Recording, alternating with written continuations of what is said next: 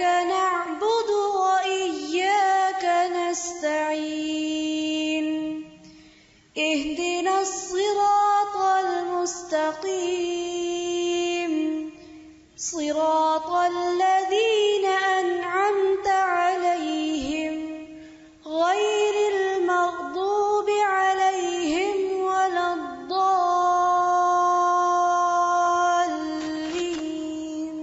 آمين صدق الله العظيم. خدائے لم یزل کا دست قدرت تو زباں تو ہے، یقین پیدا کر اے غافل کے مغلوب گماں تو ہے. پرے چرخ نیلی فام سے منزل مسلماں کی، ستارے جس کی گرد راہوں وہ کارواں تو ہے. مکاں فانی مکی آنی ازل تیرا ابد تیرا، خدا کا آخری پیغام ہے تو جاوداں تو ہے. ہنا بندے عروس لال ہے خون جگر تیرا، تیری نسبت براہیمی ہے معمار جہاں تو ہے. تیری فطرت امی ہے ممکنات زندگانی کی، جہاں کے جوہر مضمر کا گویا امتحان تو ہے. جہان آب و گل سے عالم جاوید کی خاطر، نبوت ساتھ جس کو لے گئی وہ ارمغاں تو ہے. یہ نکتہ سرگزشتے ملت بیضا سے ہے پیدا، کہ اقوام زمین ایشیا کا پاسباں تو ہے. سبق پھر پڑھ صداقت کا، عدالت کا، شجاعت کا، لیا جائے گا تجھ سے کام دنیا کی امامت کا. Allah made us all a different shade and color. Nations and tribes recognize one another, cause every single Muslim is your own sister and brother. So many different colors of Islam. Fill the world with color, painted everywhere you go.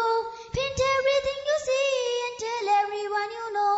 Quran will be your paints and your brush will be Iman. So fill the world with color, every color of Islam. Bright, warm and shining like a sun upon our faces. Hope is rich and green like a true Zarwan oasis. The colors of Islam will be so many places, so many different colors of Islam. Paint everything you see and tell everyone you know. Quran will be your paints and your brush will be Iman. So fill the world with color, every color of Islam.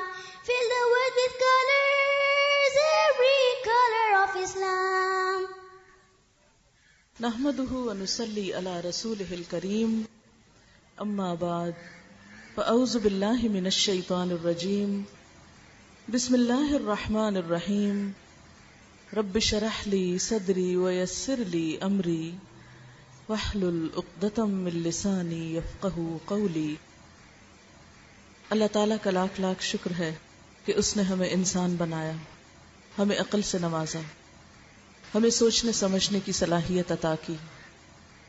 انسان دوسری ساری مخلوق سے اسی وجہ سے مختلف ہے، اسی وجہ سے ممتاز ہے، اسی وجہ سے افضل ہے کہ انسان عقل رکھتا ہے جبکہ دوسری مخلوق عقل نہیں رکھتی، اور پھر اس عقل کے ساتھ آزادی بھی رکھتا ہے، یعنی اس عقل کو استعمال کرنے کی آزادی. کچھ مخلوق ایسی بھی ہے کہ جو عقل اور سمجھ رکھتی ہے لیکن اس کے استعمال کی آزادی نہیں ہے.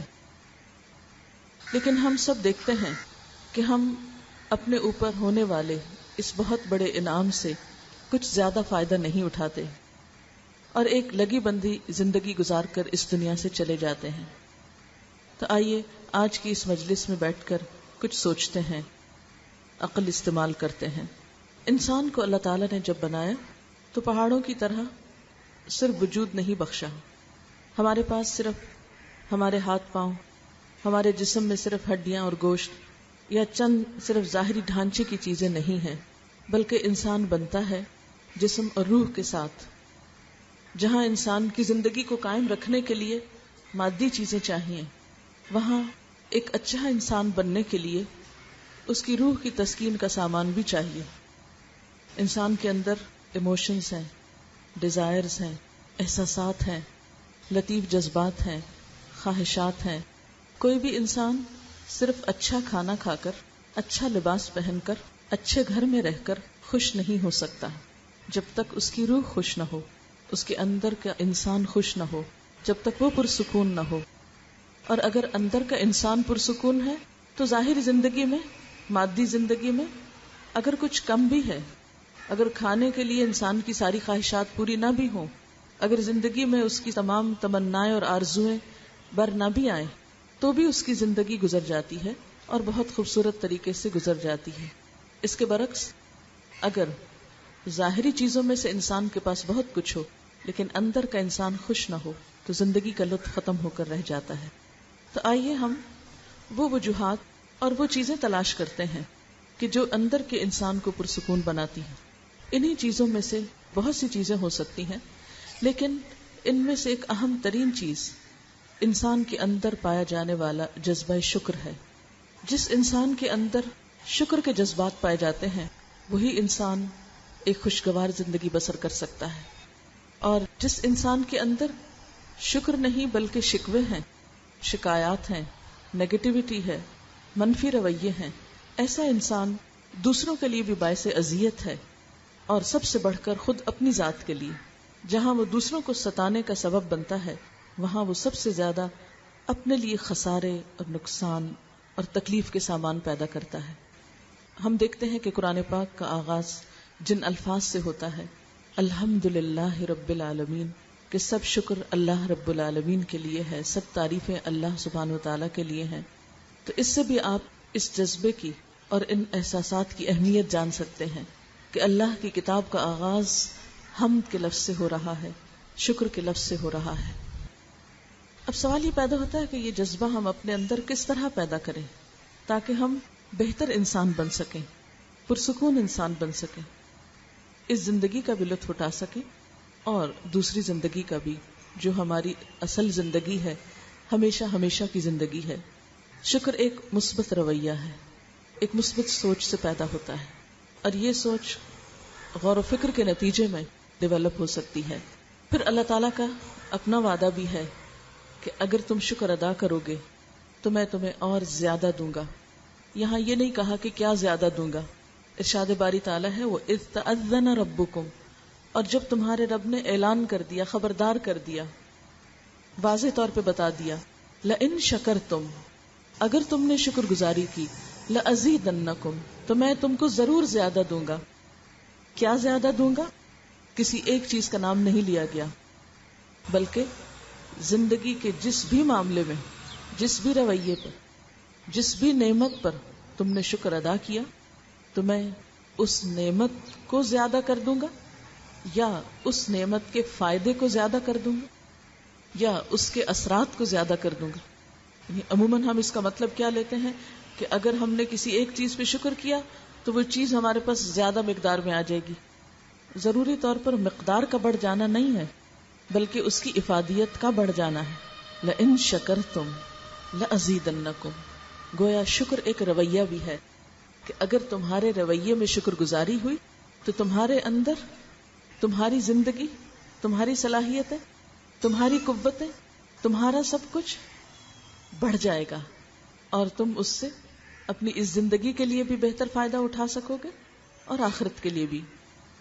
وَلَئِن كَفَرْتُمْ، اور اگر تم نے ناشکری کی، کیونکہ کفر کا لفظ جب شکر کے مقابلے پر آتا ہے تو اس کا معنی ناشکری ہوتا ہے، اور اگر تم نے ناشکری کی، نعمتوں کی قدر نہ کی، ان عذابی لشدید، تو میرا عذاب بھی بڑا سخت ہے. اور اس عذاب کی بھی کئی قسمیں ہو سکتی ہیں، اور جیسا کہ پہلے میں نے عرض کیا کہ سب سے بڑا عذاب تو خود انسان اپنے آپ کو دیتا ہے، اپنے اندر پاتا ہے. جب ایک نیگیٹو سوچ ہوتی، ایک منفی رویہ ہوتا ہے، تو اس کا سب سے بڑا نقصان خود انسان کی اپنی ذات پر ہوتا ہے. اس جلن اور کڑھن اور گھٹن اور اذیت کو اسے سب سے پہلے خود بھگتنا ہوتا ہے. تو عذاب کی بھی کئی قسمیں ہیں، کئی شکلیں ہوتی ہیں. اور بے سکونی کا عذاب، بے چینی کا عذاب، اندر کی بے قراری اور اضطراب کا عذاب سب سے بڑا عذاب ہے. باہر کے عذاب کو تو دوسرے لوگ شاید شیئر بھی کر لیں، کوئی اور بھی ہمیں مدد دے دے اس کو دور کرنے میں مادی تکلیفوں کے، لیکن اندر کے عذاب سے بچت تو اسی وقت ہو سکتی ہے جب ہم اپنا علاج خود کرنا جانیں، جب ہم اپنے رویوں میں خود تبدیلی کر سکیں. کیونکہ اپنے ساتھ جب تک ہم خود انصاف نہیں کریں گے، کیونکہ اپنے اندر کو ہم خود زیادہ بہتر طور پر پہچانتے ہیں.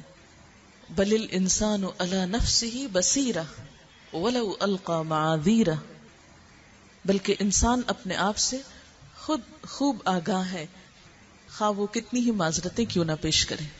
تو جتنی آگہی ہمیں خود اپنے بارے میں ہے اتنی شاید کسی اور کو نہ ہو.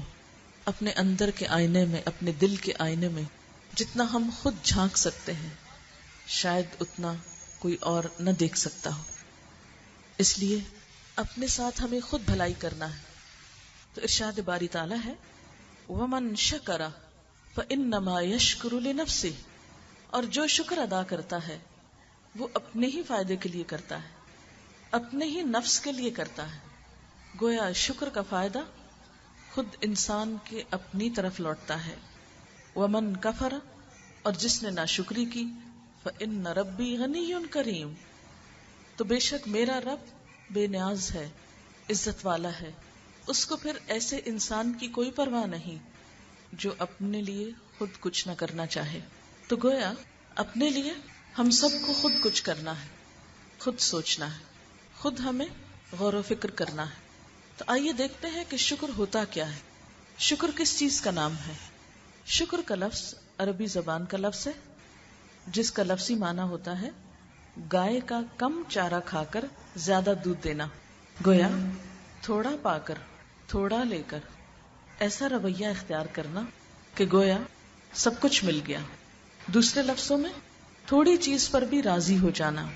دابت شکور اس جانور کو کہتے ہیں جو اپنی صحت سے یا اپنے رویے سے یہ ظاہر کرے کہ اس کا مالک اس کا خوب خیال رکھتا ہے.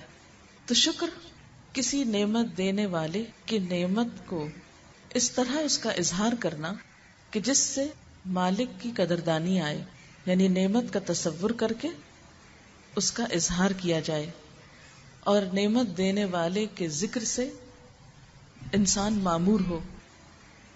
اب سوال یہ پیدا ہوتا ہے کہ یہ کیفیت ہمارے اندر کس طرح پیدا ہو، یعنی یہ رویہ ہمارے اندر کس طرح پیدا ہو، شکر کیسے آئے. شکر پیدا ہوتا ہے نعمتوں کی پہچان سے، نعمتوں میں غور و فکر کرنے سے.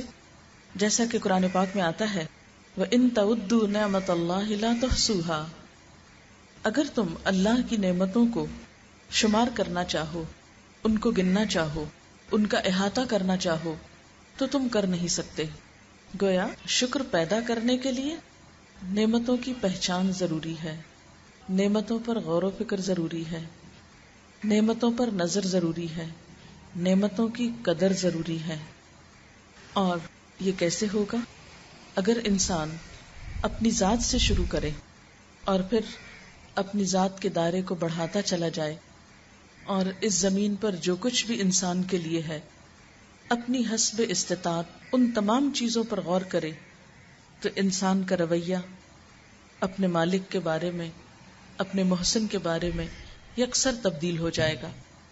اور اگر اپنے مالک کے بارے میں، سب سے بڑھ کر احسان اور انعام کرنے والے کے بارے میں ہماری سوچ، ہمارے احساسات، ہمارے جذبات تبدیل ہو گئے تو گویا پھر باقی تمام چیزوں کی حیثیت اور وقت ہمارے ذہن میں واضح ہو جائے گی. اور اس طرح ہم اس زمین پر، اس دنیا میں اپنے مقام کو بھی پہچان سکیں گے اور اپنی ذمہ داری اور اپنے حصے کے رول کو بھی بہتر طور پر ادا کر سکیں گے. اللہ تعالیٰ نے اس زمین پر جو کچھ بھی بنایا ہے حقیقت میں وہ انسان ہی کے لیے بنایا گیا. اللہ سبحانہ و تعالیٰ قرآن پاک میں فرماتے ہیں خلق لکم ما فی الارض جمیعا، تمہارے لیے پیدا کیا جو کچھ زمین میں ہے سارے کا سارا. گویا یہ سب کچھ جو ہمیں نظر آتا ہے، جو ہمارے آس پاس ہے، دائیں بائیں ہے، آگے پیچھے ہے، یہ سب کچھ ہمارے لیے بنایا گیا. اگر انسان اس بات کو سوچنے لگے تو نعمتوں کے احساس سے اس کا سر جھک جائے کہ کتنا بہترین ہے وہ رب، کتنا کرم کرنے والا ہے وہ آقا کہ جس نے یہ سب کچھ میرے لیے بنایا. اور اس میں سے کس کس چیز سے ہم فائدہ اٹھا رہے ہیں، ان کو اگر ہم گننا چاہیں تو گن نہیں سکتے، جیسا کہ اس نے خود فرمایا. تو چلیے آج کی اس مجلس میں ہم چند ایک باتوں کی طرف توجہ کرتے ہیں کہ جن کو ہم استعمال کر رہے ہیں یا جن نعمتوں سے ہم فائدہ اٹھا رہے ہیں. اس کا احاطہ کرنا تو ناممکن، اگر ساری زندگی بھی ہم یہ کام کرتے رہیں تو ہو نہیں سکتا. لیکن صرف چند ایک چیزوں کی طرف آپ کی توجہ کرانا چاہوں گی. اللہ سبحانہ وتعالیٰ قرآن پاک میں فرماتے ہیں وَجَعَلَ لَكُمُ السَّمْعَ وَالْأَبْصَارَ وَالْأَفْئِدَةَ قَلِيلًا مَا تَشْكُرُونَ. اس نے تمہارے لیے کان اور آنکھیں اور دل بنائے مگر تم کتنا تھوڑا شکر ادا کرتے ہو. تو گویا ہماری جسمانی نعمتوں میں سب سے بہترین نعمتیں جن پر اللہ تعالیٰ خاص طور پر شکر گزاری کی دعوت دے رہے ہیں وہ ہمارے کان، آنکھیں اور دل ہیں. ہماری آنکھیں دیکھتی ہیں اور مختلف چیزوں کو دیکھنے کے بعد ہمارا دماغ جس طرح کام کرتا ہے، ہمارے دل کے احساسات جس طرح بدلتے ہیں. آپ سوچئے کہ اگر ہم دیکھ نہ سکیں تو ہمارے احساسات اور ہمارے جذبات اس طرح کام نہیں کر سکتے. ہم بہت سی ایسی چیزوں کو دیکھتے ہیں کہ جن کو صرف دیکھ کر ہم خوش ہو جاتے ہیں. مثلا اپنے بچوں کو دیکھ کر ہر ماں خوش ہو جاتی، مثلا سبزے کو دیکھ کر ہم میں سے ہر شخص خوش ہوتا ہے. خوبصورت آسمان اور بادل، آسمان پر ستارے، سمندر کی وسعتیں، یہ سب چیزیں دیکھ کر ہمارا دل خوش ہو جاتا ہے. تھوڑی دیر کے لیے سوچئے کہ اگر ہم دیکھ نہ سکتے ہوتے تو کتنے ہی نظاروں سے محروم ہوتے، اور ان نظاروں سے محروم ہونے پر ہمارے دل کو جو راحت اور سکون اور خوشی اور ٹھنڈک نصیب ہوتی ہے وہ نہ ہو سکتی. اپنی کسی بھی من پسند چیز کو دیکھ کر ہمارے دل کی جو کیفیت ہوتی ہے، جو سکون آتا ہے، وہ کتنی بڑی نعمت ہے. لیکن کبھی ہم نے غور نہیں کیا کہ ہماری آنکھیں اللہ کی کتنی بڑی نعمت ہیں. اور پھر یہ کہ اپنی مرضی سے دیکھنا اور اپنی مرضی سے ان کو بند کر لینا، ہم نے کبھی اس نعمت پر بھی توجہ نہیں دی.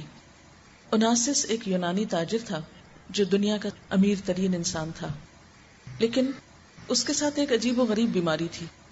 اور وہ کیا تھی کہ وہ اپنی آنکھوں کو خود جھپک نہیں سکتا تھا، یعنی اپنی آنکھیں اپنی مرضی سے بند اور کھول نہیں سکتا تھا. کہتے ہیں کہ اتنا مال تھا اس کے پاس کہ اس کے مقابل کوئی دوسرا شخص نہیں تھا. اس نے امریکہ کی خاتون اول جیکولین کینیڈی سے شادی کی اور دنیا بھر میں اس کے تجارتی جہاز آتے جاتے تھے، زیتون کا کاروبار کرتا تھا، لیکن اپنی آنکھیں خود نہیں جھپک سکتا تھا. تو اس کے لیے ڈاکٹرز کیا کرتے کہ اس کی آنکھوں کو صبح کھول کر سولوشن ٹیپ لگا دیتے اور شام کو اتار دیتے تو اس کی آنکھیں خود بخود گر جاتی اور وہ سو جاتا. کسی نے اس سے پوچھا کہ تمہاری زندگی کی سب سے بڑی خواہش کیا ہے؟ تو اس نے کہا کاش میں ایک دفعہ اپنی مرضی سے اپنی آنکھیں کھول اور بند کر سکتا. پھر اس سے پوچھا گیا کہ تم اس کے لیے کیا قیمت دے سکتے ہو؟ تو اس نے کہا میں اپنی ساری دولت دے سکتا ہوں. کوئی مجھ سے ساری دولت میری لے لے اور مجھے صرف یہ نعمت مل جائے کہ میں اپنی مرضی سے اپنی آنکھیں جھپک سکوں. لیکن ہم میں سے کم ہی کسی نے کبھی یہ سوچا کہ یہ بھی ایک نعمت ہے. ہم 1 منٹ کے اندر ان گنت بار اپنی آنکھیں جھپکتے رہتے ہیں، اور جب کوئی ناپسندیدہ چیز سامنے آتی فوراً بند کر لیتے ہیں، اور کبھی محض اپنے جذبات کے اظہار کے لیے اپنی آنکھیں زیادہ یا کم جھپکتے ہیں. ایک دن میں جھپکنے والی آنکھوں کی جو تعداد ہے اس پر اگر ہم غور کریں تو کہا یہ کہ وہ ایک دفعہ جھپکنے کے لیے ساری دولت دینا چاہتا تھا، لیکن ہم نے کیا دیا آج تک؟ ہم نے آنکھیں جھپکنے کی کیا قیمت پے کی؟ کچھ بھی تو نہیں. کتنی دفعہ میں نے اور آپ نے صرف اس نعمت پر الحمدللہ کہا ہو کہ ہم آنکھیں جھپک سکتے ہیں. پھر اسی طرح آپ دیکھیں کہ ہماری آنکھیں 1,10,00,000 رنگ دیکھ سکتی. آپ دیکھیں کہ اگر ہم بلیک اینڈ وائٹ دیکھتے ہوتے تو یہ پھولوں کا اور درختوں کا اور عمارتوں کا اور ہر چیز کا رنگ جو ہے وہ ملتا جلتا نظر آتا، ایک جیسا نظر آتا. تو جتنی خوبصورتی رنگوں کی وجہ سے ہوتی وہ کسی اور چیز کی وجہ سے نہیں. اور کبھی ہم نے غور کیا کہ ایک ہی چیز کی ایک ہی رنگ کے کتنے شیڈ ہم دیکھ سکتے ہیں اور ان کو ڈسٹنگوش کر سکتے ہیں، ورنہ چیزوں میں خوبصورتی ہی نہ آئے.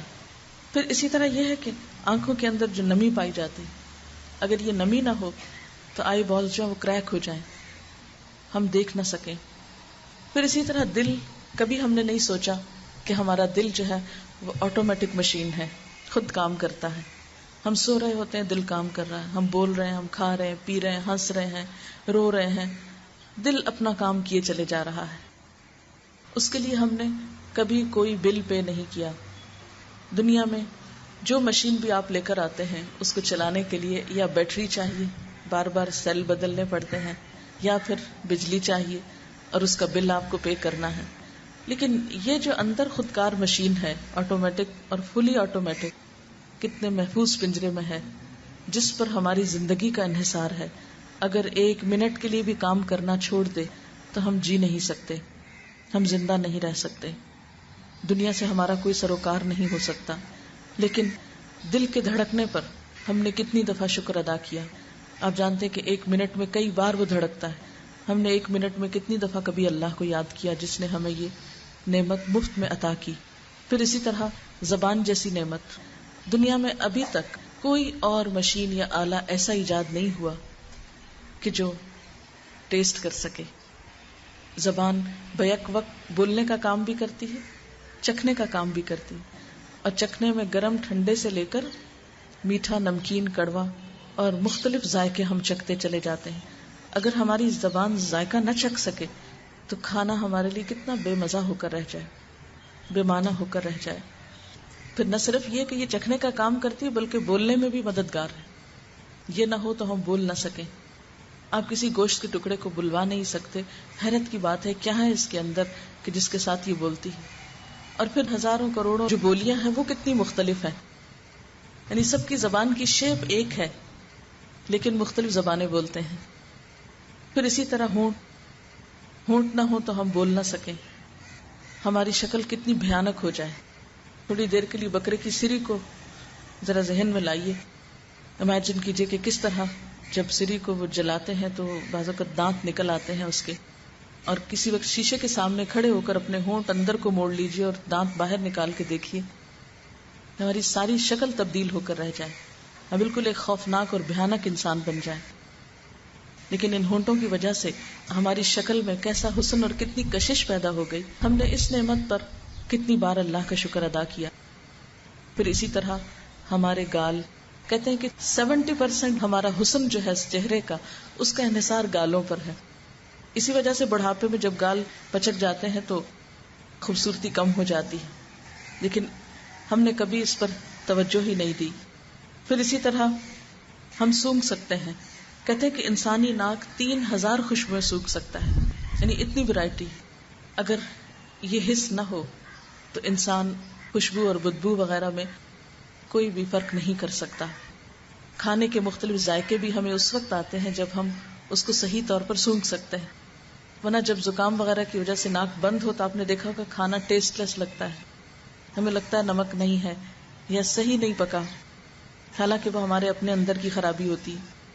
پھر اسی طرح سننے کی صلاحیت جو ہے، ہم 125,000 آوازیں سن سکتے ہیں اور ان کو ڈسٹنگوش کرتے ہیں کہ یہ ہوا کے چلنے سے سرسراہٹ ہو رہی ہے اور یہ کوا بول رہا ہے اور یہ رکشہ جا رہا ہے، اور یعنی بغیر کسی محنت اور قوت کے ہم مختلف آوازیں سن کر پہچانتے چلے جاتے ہیں. اور اب دروازے پہ فلاں آیا اور یہ اس کی چال ہے، یہ فلاں چل کے جا رہا ہے، یعنی پاؤں کی آہٹ تک سے ہم پہچانتے ہیں کہ کون گیا اور کون آیا.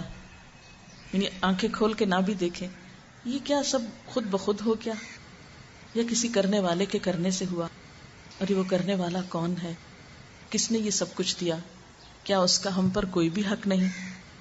پھر اسی طرح ہمارے ہاتھ پاؤں، ہماری انگلیوں کے کٹ آپ دیکھیں کتنا متناسب ہے. خوبصورتی بھی ہے اس کٹ میں، اور کتنا ان کا بہترین سائز ہے، نہ بڑا نہ چھوٹا. پھر انگلیوں کے کناروں پہ ناخنوں کی خوبصورتی، صرف اگر ناخن ہی نہ ہو تو ہمارے ہاتھ کتنے بھدے ہو جائیں. کچھ لوگوں کا کوئی ناخن وغیرہ نکل جاتا ہے تو ہاتھ چھپاتے رہتے ہیں کہ کسی کو دکھائی نہ دے. ایک آدھ انگلی کے ساتھ بھی ہو جائے تو ہم آگے ہاتھ نہیں بڑھا سکتے. پھر اسی طرح ہمارے پاؤں جو چلنے میں ہمیں مدد دیتے ہیں. اگر بطخ کی طرح ہمارے پاؤں ہوتے تو ہماری چالیں کتنی بھیانک ہوتی. یعنی اگر ہماری پاؤں کی انگلیاں باہم بطخ کی انگلیوں کی طرح جڑی ہوتی تو ہماری چال بھی ویسی ہی ہوتی. لیکن اللہ تعالیٰ نے ہمیں اتنی خوبصورت چال دی. پھر اسی طرح ہم سانس لے سکتے ہیں.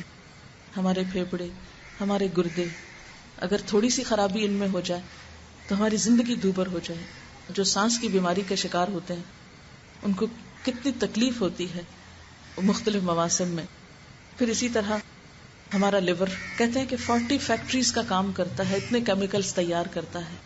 اگر لیور کا کام باہر زمین پر کرنا ہو تو آپ کو 40 فیکٹریز لگانی پڑیں گی. اتنا کچھ بنا کر ہمارے لیے سٹور بھی کرتا ہے اور بوقت ضرورت سپلائی بھی کرتا ہے. پھر اسی طرح دیگر نعمتیں، سونا، اگر ہم سو نہ سکیں تو ہماری زندگی حرام ہو جائے. پھر اسی طرح کھانے پینے کی بے شمار نعمتیں. اللہ سبحانہ و تعالیٰ قرآن پاک میں فرماتے ہیں، یا ایھا الذین آمنوا کلوا من طیبات ما رزقناکم واشکروا للہ ان کنتم ایاہ تعبدون. اے لوگو جو ایمان لائے ہو، اگر تم حقیقت میں اللہ ہی کی بندگی کرتے ہو تو جو پاکیزہ چیزیں ہم نے تمہیں بخشی ہیں انہیں بے تکلف کھاؤ اور اللہ کا شکر ادا کرو. لیکن ہم میں سے کتنے لوگ ہیں جو کھا کر شکر ادا کرتے ہیں؟ ہمارا رویہ عام طور پر کیا ہوتا ہے؟ ان ساری نعمتوں کو پا کر ہمارا طریقہ کار کیا ہے؟ ہم کبھی نہیں سوچتے کہ الحمدللہ ہماری آنکھیں ہیں، ہمارا ناک ہے، ہمارے ہونٹ ہیں. ہم دن بھر یہی تبصرے کرتے رہتے ہیں کہ فلاں کا ناک موٹا ہے، فلاں کا منہ کھلا ہے اور فلاں کی آنکھیں چھوٹی ہیں، یا اپنا ہی دیکھ دیکھ کے حسرت کی آہیں بھرتے رہتے ہیں کہ ہمارا ایسا اور ایسا کیوں نہیں. یعنی بجائے اس کے کہ ہم شکر کا رویہ اختیار کریں اور جو کچھ ہمیں ملا ہے اس کو کسی بہترین کام میں لگائیں، ہم اسی رنج اور غم اور حسرت سے ہی نکل نہیں پا رہے. ہم صرف وہ دیکھ رہے ہیں جو ہمارے پاس نہیں ہے، جو ہمیں نہیں ملا. ہم نے انسانوں کے حسن کے کچھ خود ساختہ معیار قرار دے رکھے ہیں اور ہر کلچر میں مختلف ہیں. کہیں پر کچھ ہے، ایک چیز کو پسند کیا جاتا ہے تو کسی دوسری جگہ وہی چیز کچھ پسندیدہ نہیں. سوچ کی بات ہے نا.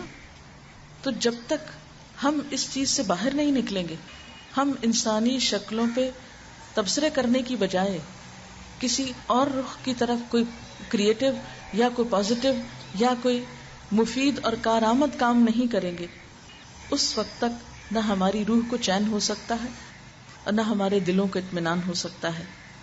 خیر الناس من ینفع الناس، بہترین انسانوں میں سے وہ ہے جو انسانوں کو فائدہ دیتا ہے، جو دوسروں کی بھلائی کے کام کرتا ہے.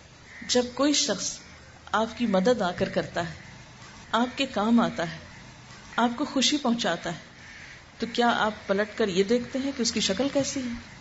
کوئی یہ نہیں دیکھتا. اس وقت جب انسان شکل کے مقابلے میں اپنے اندر وہ صلاحیتیں پیدا کرنے کی کوشش کرے جس سے دوسروں کو فائدہ ہو تو دلوں میں کہیں دور رس جگہ بنا سکتا ہے بنسبت اس انسان کے کہ جو محض اپنی ظاہریت کو سجانے اور بنانے میں لگا رہے لیکن کسی دوسرے انسان کے کچھ بھی کام نہ آ سکے، کسی دوسرے انسان کو کوئی بھی فائدہ نہ پہنچا سکے. لیکن افسوس یہ کہ ہمارا قومی رویہ، ہمارا عمومی رویہ کچھ یوں بن چکا ہے کہ ہم صرف ظاہر پرست ہو کر رہ گئے ہیں.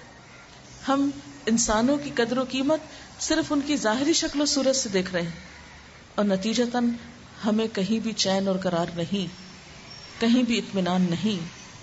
اس لیے اگر ہم اپنے بارے میں بھی کہ اپنی زندگی کا ایک بڑا حصہ صرف اپنے ظاہر کو سنوارتے رہنے کی بجائے اپنے اندر ان کوالٹیز کو پیدا کرنے میں استعمال کریں کہ جس سے ہم اپنی دنیا اور آخرت کے لیے اور دوسرے انسانوں کی بھلائی کے لیے بہترین کام کر سکیں، تو پھر آپ دیکھیں کہ آپ کے اندر کس قدر خوشی آتی ہے.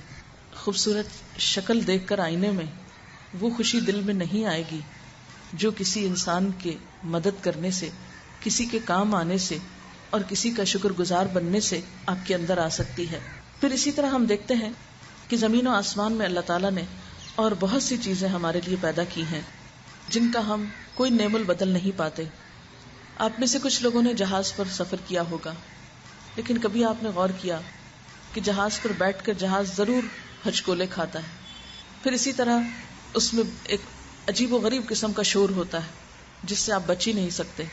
پھر اسی طرح اس پر تھوڑی ہی دیر کے بعد آپ بیزار ہونے لگتے ہیں کہ کس وقت نیچے اترے، زمین پر پہنچے.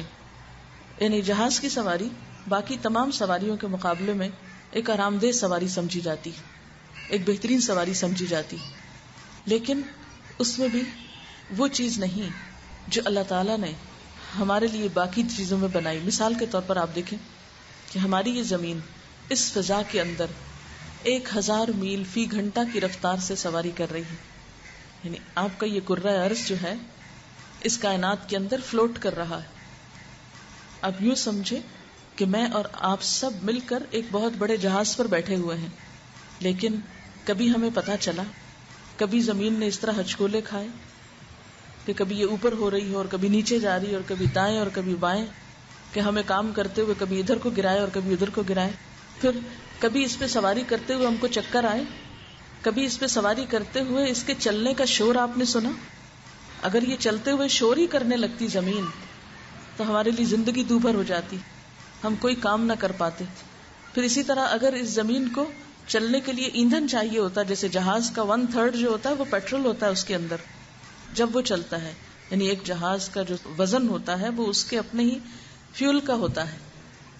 لیکن اگر زمین بھی اسی قسم کے فیول پہ چل رہی ہوتی تو یہ جو ہمارے کھانے پینے کے بہت سے سامان اور ہمارے لیے اور بہت سی نعمتیں زمین کے اندر ہیں، ان کی پھر جگہ کم ہو جاتی اور وہ فیول ہی لیے پھرتا. لیکن اللہ تعالیٰ نے ہمیں اس زمین پر جو زندگی بخشی اور اس پر جو آرام دہ طریقے سے ہمیں رکھا، اس کو مہاد کہا، یعنی ہمارے لیے جھولا ہے. اب بہت عرصہ گزرا کہ ہم نے قرآن میں پڑھا کہ زمین جھولے کی طرح ہے، لیکن کبھی ہمیں نہیں پتا تھا کہ جھولے کی طرح کس طرح جھول رہی ہے. لیکن ایسا پرسکون جھولا ہے کہ ہم سب کے لیے ایک پرسکون ٹھکانہ ہے، رہنے کی جگہ ہے. اسی میں ہم کھا پی رہے ہیں، اسی میں اپنے مردے دفن کر رہے ہیں، اسی سے ہماری غذائیں نکل رہی ہیں، اسی میں ہمارے پینے کا سامان ہے، اسی پہ ہم سب کچھ کر رہے ہیں. لیکن کبھی ہم نے غور نہیں کیا، کبھی ہم نے اس نعمت پر شکر ادا نہیں کیا. تو ہمیشہ انسان اسی وقت پرسکون انسان ہو سکتا ہے جس میں سب سے پہلے اپنے خالق کا شکر گزار بنے. جو انسان اپنے خالق کا شکر گزار بنتا ہے، اپنے خالق کے بارے میں مثبت سوچ رکھتا ہے، وہی انسان سکون اور خوشی کا راز پا لیتا ہے. تو ہمیں کیا کرنا ہے؟ ان نعمتوں پر نمبر 1 غور و فکر کرنا ہے، نمبر 2 ان نعمتوں کے دینے والے کے بارے میں اپنا رویہ درست کرنا ہے، اور پھر نمبر 3 اس زمین پر ہمارے ساتھ اور بہت سی چیزیں جو ہیں ان کے ساتھ ہمیں اپنا معاملہ درست کرنا ہے. اور نتیجتاً کیا ہوگا کہ خود ہماری اپنی زندگی میں خوشی لوٹ آئے گی، نہ صرف یہ کہ یہاں بلکہ دوسری دنیا میں بھی، اگلے جہان میں بھی. اب آپ دیکھیں کہ اللہ تعالیٰ کے بارے میں ہمارا رویہ کیسا ہونا چاہیے. شکر میں آپ دیکھیے کہ اس کے 3 طریقے ہو سکتے ہیں شکر ادا کرنے کے، یہ شکر کے اظہار کے، اور ہم ان تینوں کو اپنے اوپر اپلائی کر کے دیکھتے ہیں. نمبر 1 تو یہ کہ ہمارے دل میں اپنے محسن کے بارے میں کیا جذبات ہیں. عام طور پر ہمارے دل میں اللہ تعالیٰ کے بارے میں نہ تو کوئی محبت ہوتی ہے اور نہ ہی کوئی نفرت ہوتی ہے. جتنا اس کے بارے میں ہم سوچیں گے، غور کریں گے، چھوٹی چھوٹی چیزوں کے بارے میں، مثال کے طور پر یہ پھول کافی دیر سے آپ کے سامنے رکھے ہوئے ہیں. ایک نظر تو یہ ہے کہ آپ دیکھ رہے ہیں کہ ہاں ایک شیشے کے واز میں پھول رکھے ہیں، اور ایک نظر یہ ہے کہ آپ تھوڑی سی توجہ کریں، تھوڑی سی توجہ مانگتے ہیں یہ پھول، کہ آپ دیکھیں کہ ان کے اندر اور ان کے باہر کے رنگ میں کتنا فرق ہے، اس کے اندر جو فر ہے اس میں کتنی خوبصورتی ہے. پھر آپ دیکھیں کہ ایک ہی بنچ کے اندر کتنا مختلف طرح کا شیڈ ہے. پھر اسی طرح اور بہت سی چیزوں کے بارے میں، مثلا آج کل پیچز یا آڑو موجود ہیں، آپ ذرا ان کو کاٹ کر دیکھیے کہ کتنا خوبصورت رنگ ہے، چھلکے کا کچھ ہے، اندر کے پلپ کا کچھ ہے، اور سب سے زیادہ خوبصورت رنگ تو گٹلی کے ساتھ والے حصے کا ہے. اگر اس کو کاٹ کر آپ پلیٹ میں رکھ کے دیکھیں تو ایک بہت ہی خوبصورت نظارہ پیدا کرتا ہے. میں کبھی سوچتی ہوں کہ اللہ تعالیٰ چاہتے تو ایک ہی رنگ اوپر نیچے سے سب آم کی طرح اس کا بھی ایک ہی کر دیتے. یعنی باہر سے تو آم سے ملتا جلتا رنگ اور سائز نظر آتا ہے بعض اوقات، لیکن آم میں اور اس میں فرق ہے. کیا ضرورت تھی کہ ہمارے لیے آم بھی پیدا کیے اور یہ بھی ضروری پیدا کرتے؟ یہ نہ بھی پیدا کرتے تو ہم کیا کر لیتے؟ لیکن ایک ایک چیز کے ساتھ اس نے ہمارا کتنا خیال رکھا. ہمارے نفس، ہماری نگاہیں، ہماری سوچ، ہمارے دل، ان ساروں کی خوشی کے لیے کیسے کیسے سامان پیدا کی. لیکن ہمیں صرف دلچسپی اس سے ہوتی ہے کہ ہم لیں اور کھا لیں. کبھی نہیں سوچتے کہ اس کے حسن کو بھی تھوڑی دیر دیکھیں اور اس کے ذریعے بھیجنے والے کو بھی تھوڑا اپریشیٹ کریں، اس کی بھی تھوڑی تعریف کر لیں کہیں بیٹھ کے. بعض اوقات میں دیکھتی ہوں کہ لوگ جب کوئی انسان کسی کے لیے کھانا پکاتے ہیں تو ضرور، چاہے دل سے چاہے جیسے بھی، ضرور تعریف کرتے ہیں. نہیں، یہ آداب میں شامل ہے کہ کوئی کھانا پکائے تو اس کی تعریف کی جائے. لیکن جب ایسا کرتے ہیں تو میں ہمیشہ سوچتی ہوں کہ لوگ اس وقت اس کو کیوں بھول گئے ہیں جس نے یہ سب کچھ بنایا تھا. ہم تو بعد میں پکا رہے ہیں، جس نے بھیجا ہے اس کے لیے تو الحمدللہ کہیں نہیں رہے. اس کو تو یاد کیا ہی نہیں اس پورے کھانے کی محفل میں، پوری پارٹی میں اس کو تو ہم نے باہر ہی رکھا کہ بس آپ نے دے دیا، اب آپ جانے، آپ کا کام جانے، اور ہم اپنی مرضی سے اب ان سب چیزوں کو کریں گے. تو جو ایک شکر گزار بندہ ہوتا ہے وہ قدم قدم پر اللہ کی قدرتوں کو دیکھتا ہے آنکھ کھول کر، کیونکہ اسی لیے اللہ تعالیٰ فرماتے ہیں نا، میں نے تمہارے لیے آنکھیں بنائی، کان بنائے، دل بنا، مگر تم لوگ شکر ہی ادا نہیں کرتے ہو. یعنی ان نعمتوں کو دیکھتے ہی نہیں ہو کہ تمہارے دل میں میرا خیال بھی آئے. تو جب ان کو دیکھیں گے تو اس کی یاد آئے گی، جب اس کی یاد آئے گی تو دل میں ایک محبت پیدا ہوگی، جب وہ محبت آئے گی تو دل کے اندر ایک حلاوت ہوگی.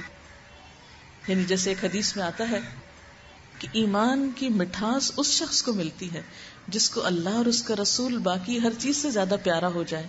لیکن چونکہ وہ محبت اللہ اور رسول صلی اللہ علیہ وسلم کی ہر چیز سے بڑھ کر ہے نہیں، لہذا ایمان کی مٹھاس اور ٹھنڈک اور حلاوت اور وہ لطف بھی ہم نے کبھی نہیں اٹھایا.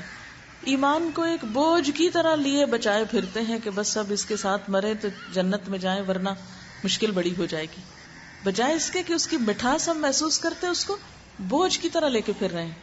مسلمان ہونا ایک مصیبت بن گیا ہمارے لیے، اللہ کی عبادت ایک بوجھ بن گئی. ہم میں سے کتنے لوگ ہیں کہ جو شکر گزاری کے مرحلے پر ہوں کہ دل میں اللہ کی یاد ہو، اور جب اس کی عبادت کے لیے ہم لپکیں تو خوشی سے بڑھیں. آخر ایسا کیوں ہوتا ہے کہ اذان آتی ہے تو خوش ہونے کی بجائے ہم پریشان ہونے لگتے ہیں کہ اب ایک اور نماز پڑھنی پڑے گی؟ ایسا کیوں ہوتا ہے کہ کسی بھی مذہبی فریضے کے وقت ہمارے اندر خوشی پیدا نہیں ہوتی؟ اس لیے نہیں ہوتی کہ اندر محبت جو نہیں. جب محبت نہیں تو ہر کام مشکل لگتا ہے. آپ نے دیکھا ہوگا کہ محبت ہر کام کو آسان کر دیتی. بچے کو پیٹ میں رکھنا 9 مہینے کیوں ماں کو آسان لگتا ہے؟ حالانکہ بڑا مشکل ہے، لیکن شوق سے رکھتی. پیدا کرنا اتنا کٹھن کام لیکن شوق سے کرتی. اس کی پرورش کرنا اتنا مشکل کام لیکن شوق سے کرتی. جن کو یہ نعمت نصیب نہیں ان سے پوچھیں کہ وہ کتنا ترستے ہیں. لیکن اس محبت نے سارے مشکل ترین عمل کو آپ کے لیے خوشگوار بنا دیا، محبوب بنا دیا. اسی طرح جن لوگوں کو کھانا پکانے کا شوق ہوتا ہے وہ گھنٹوں چولہے کے آگے گرمی میں کھڑے ہوتے ہیں، وہ اس کو انجوائے کرتے ہیں. کیوں؟ اس لیے کہ ان کا دل پسند مشغلہ ہے. گارڈننگ جان لیوا کام ہے، یعنی زمین کی آبیاری، اس کو تیار کرنا. لیکن جن لوگوں کو شوق ہوتا ہے، آپ نے دیکھا ہوگا کہ ہمارے ملک میں تو ذرا کم ہی ہے، لیکن کئی ممالک میں بوڑھی بوڑھی عورتیں خود چلنے سے عاجز لیکن گارڈننگ کر رہی ہوتی. شوق ہے، محبت ہے، شوق میں سب کچھ آسان ہو گیا. تو محبت ہر چیز کو آسان کر دیتی. تو جب یہ شکر کا جذبہ پیدا ہوگا، اللہ سے محبت پیدا ہوگی، تو نماز میں بھی دل لگے گا، کسی کی خدمت کر کے بھی مزہ آئے گا. پھر وہ چیزیں بوجھ نہیں لگیں گی جو ہم کو بوجھ لگتی.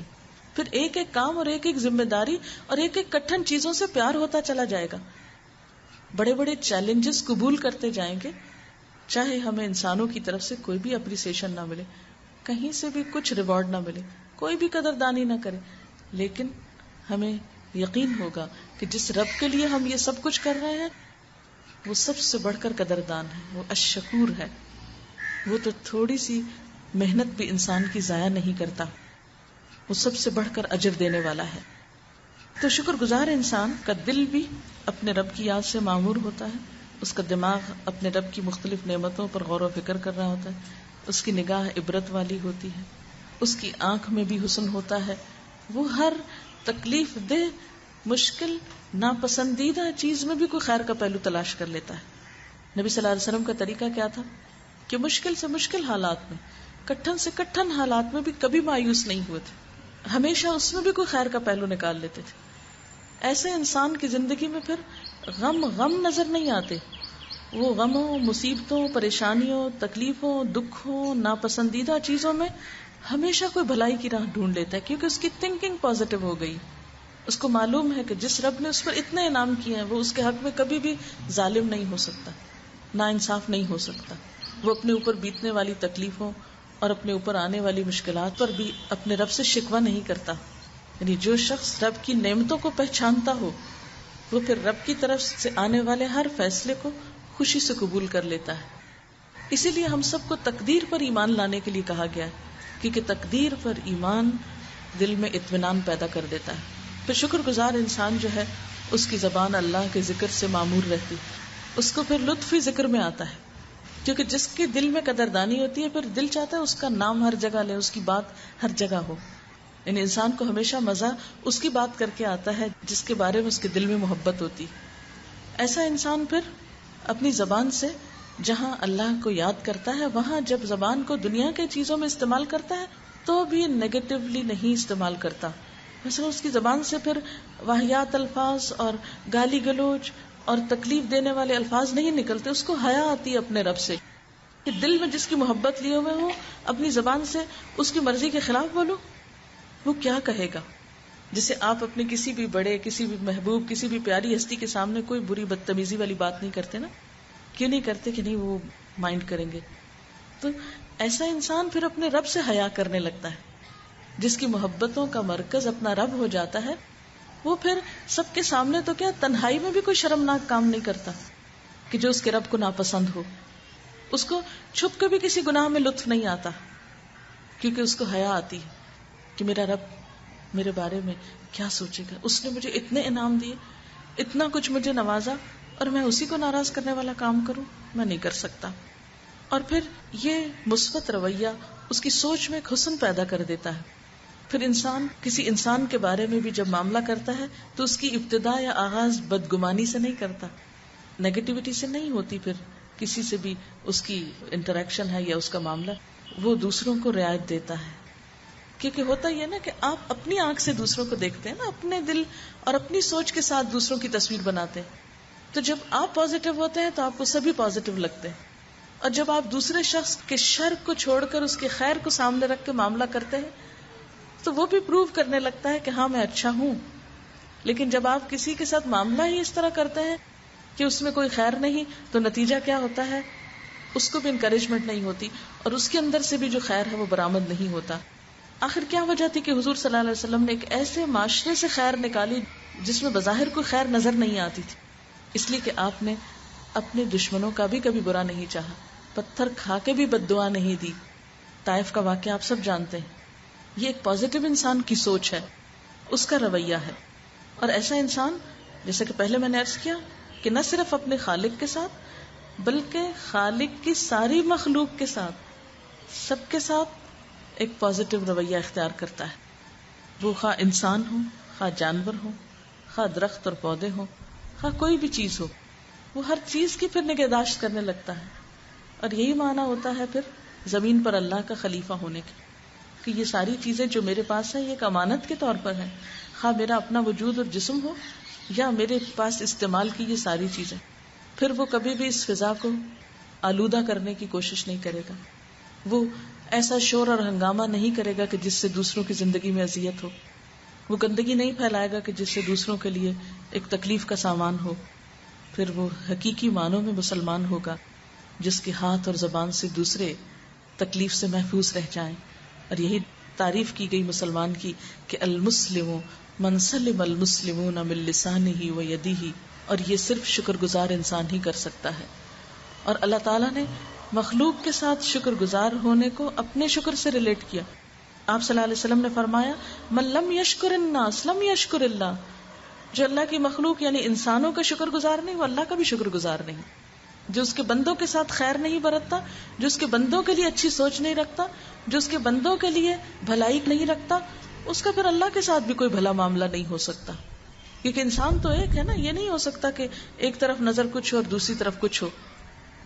جو کچھ بھی وہ کرتا ہے اوور آل اپنے آپ کو ظاہر کرتا ہے.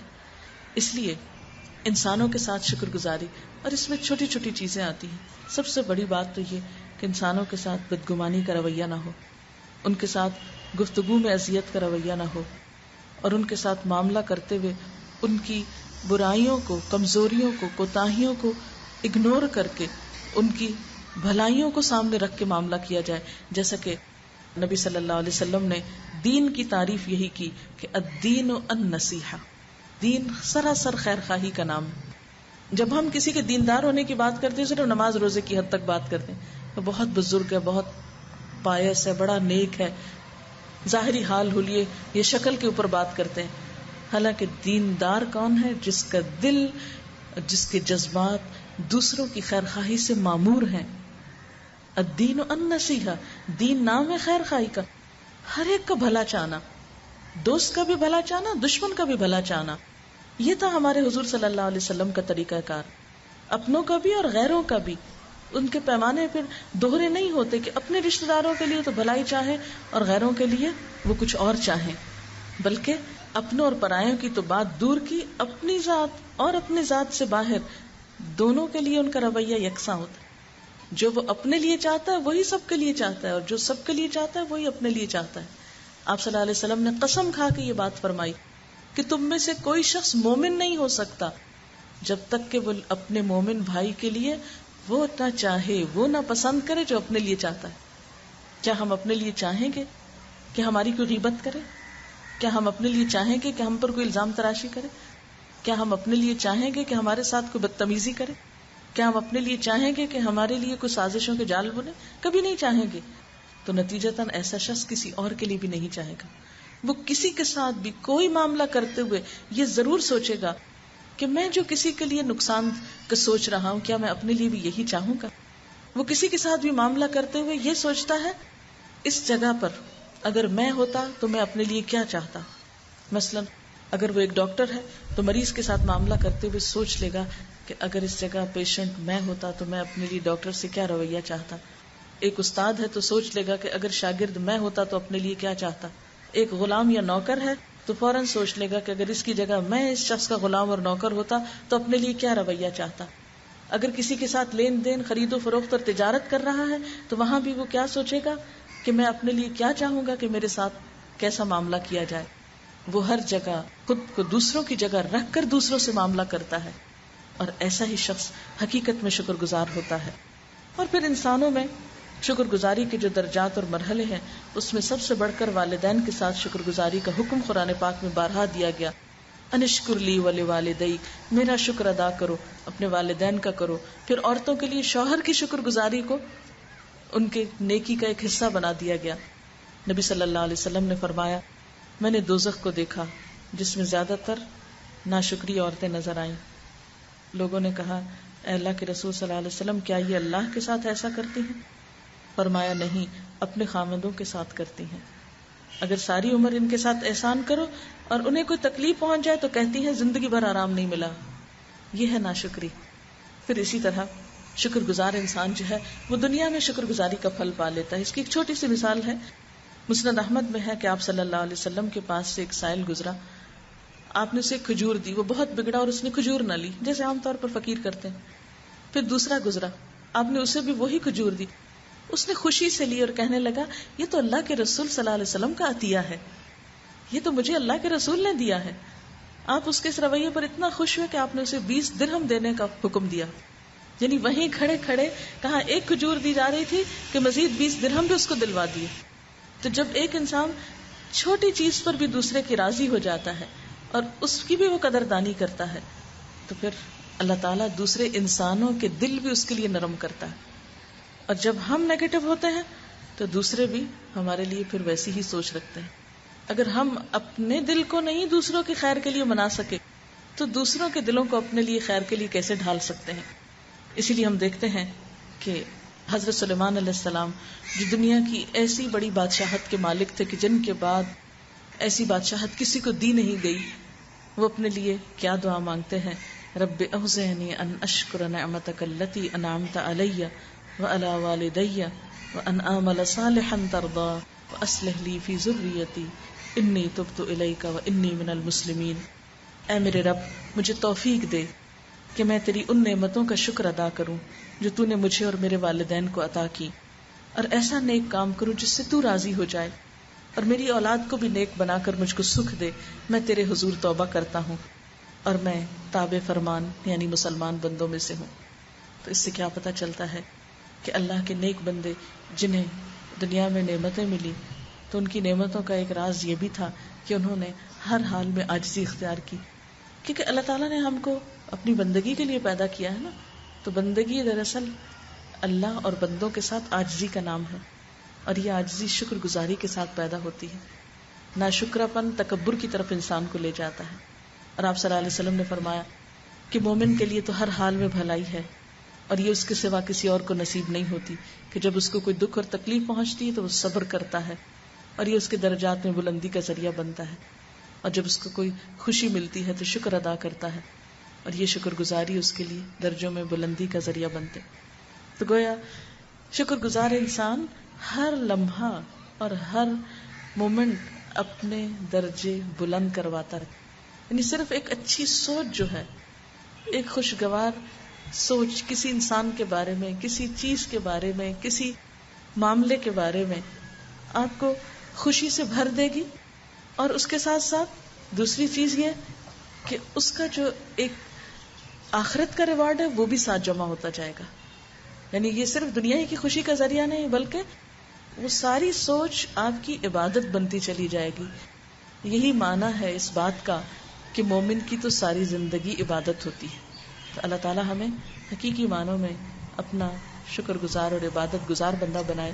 اور اسی لیے ہم دیکھتے ہیں کہ نبی صلی اللہ علیہ وسلم کا معمول تھا کہ ہر نماز کے بعد جو پہلی دعا مانگتے وہ کیا تھی؟ رب اعنی علی ذکرک و شکرک و حسن عبادتک. اے میرے رب، تو مجھے توفیق دے، تو میری مدد کر کہ میں تیرا ذکر کر سکوں اور تیرا شکر کر سکوں اور تیری خوبصورت عبادت کر سکوں. اللہ تعالیٰ سے دعا ہے کہ وہ ہم سب کو اس بات کی توفیق دے کہ ہم ایک مثبت سوچ رکھنے والے انسان بنے، اور ہمارا دل، ہماری زبان، ہمارے رویے اور ہمارے معاملات سب کے سب اللہ اور بندوں کے ساتھ شکر گزاری پر مبنی ہوں. وآخر دعوانا ان الحمد للہ رب العالمین.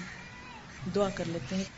سبحان اللہ والحمد للہ ولا الہ الا اللہ واللہ اکبر ولا حول ولا قوة الا باللہ العلی العظیم. اللہم صلی علی محمد وعلی آل محمد کما صلیت علی ابراہیم وعلی آل ابراہیم انک حمید مجید. اللہم بارک علی محمد وعلی آل محمد کما بارکت علی ابراہیم وعلی آل ابراہیم انک حمید مجید. ربنا آتنا فی الدنیا حسنۃ وفی الآخرۃ حسنۃ وقنا عذاب النار. ربنا لا تزغ قلوبنا بعد اذ ہدیتنا وہب لنا من لدنک رحمہ انک انت الوہاب. یا اللہ پاک، جو کچھ بھی ہم نے پڑھا ہے، سنا ہے، تو اپنی رحمت سے اسے قبول فرما. جو بات آپ کی مرضی کے مطابق زبان سے نکلی ہو، یا رب العالمین اس پر ہمیں عمل کی توفیق دے. اور اگر انسان ہونے کے ناطے کوئی بھول چوک ایسی ہو گئی ہو یا زبان سے کوئی ایسی بات نکلی ہو جو آپ کو پسند نہ آئی ہو، تو ہم سب کو اس سے پھیر دے. ہمیں اپنا شکر گزار بندہ بنا لے، اپنا اطاعت کرنے والا بندہ بنا لے. یا اللہ ہمیں مثبت سوچ عطا کر، ہمیں اس دنیا میں اپنی صلاحیتوں سے بہترین کام کرنے کی توفیق دے. ہم ایسا عمل کریں کہ جس سے تو راضی ہو جائے، ہم ایسا کام کریں کہ جس سے تیرے بندوں کی خیر اور بھلائی ہو. یا اللہ تو ہماری ذات کو دوسرے انسانوں کے لیے نفع مند بنا دے. یا اللہ تو ہمیں اپنے چنے ہوئے بندوں میں شامل کر لے. یا اللہ تو ہمارے گناہوں کو معاف کر دے. یا رب العالمین تو ہمیں ہر منفی رویے، ہر منفی سوچ اور ہر منفی عادت سے محفوظ رکھ. یا اللہ تو ہمیں اپنا قرب دے دے. یا اللہ تو ہم سے راضی ہو جا. یا اللہ جتنی بہنیں یہاں آئی ہیں ان سب کا آنا اور یہ وقت لگانا قبول فرما. ان سب کو صحت اور تندرستی اور دنیا اور آخرت کی خوشیاں نصیب فرما. ان کی دلوں کی دعائیں قبول فرما. ان کی بیماریاں اور مصیبتیں اور پریشانیاں دور فرما. یا اللہ تو ہم سب کو اپنا ذکر کرنے والا بنا. یا اللہ ہم سے وہ کام لے لے جس سے تو راضی ہو جائے. یا رب العالمین تو ہمیں ہر اس برائی سے، مصیبت اور تکلیف سے جو دنیا اور آخرت میں ہمارے لیے نقصان دہ ہو سکتی ہے اس سے محفوظ رکھ. یا اللہ تو اس جگہ کو خیر و برکت والا بنا، اور جنہوں نے اس مجلس کا اہتمام کیا ہے انہیں اس کی بہترین جزا عطا فرما اور سب کی کوشش کو قبول فرما. ربنا تقبل منا انک انت السمیع العلیم وتب علینا انک انت التواب الرحیم. وصلی اللہ تعالی علی خیر خلقہ محمد وعلی آلہ واصحابہ واہل بیتہ اجمعین برحمتک یا ارحم الراحمین. الہی آمین. سبحانک اللہم وبحمدک نشہد ان لا الہ الا انت نستغفرک ونتوب الیک. والسلام علیکم ورحمۃ اللہ وبرکاتہ.